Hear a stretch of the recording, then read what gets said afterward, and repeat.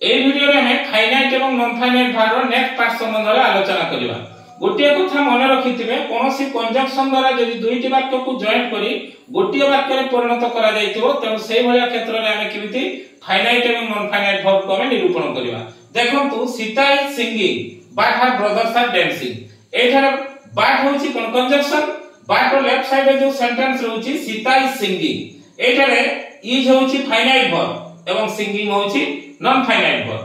ঠিক সেমিতি বাট র সেকেন্ড পার্টে যে সেন্টেন্স রহুছি হার ব্রাদার্স আর ড্যান্সিং, এইখানে কোন রহুছি আর হচ্ছে ফাইনাইট ভার্ব এবং ড্যান্সিং হচ্ছে নন ফাইনাইট ভার্ব।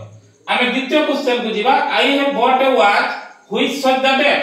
এখানে হুইচ হচ্ছে কনজাংশন, হুইচ দ্বারা কোন করা যাইছি দুইটা বাক্যକୁ জয়েন্ট করিকি গোটিয়ে বাক্যরে পরিণত করা যাইছি।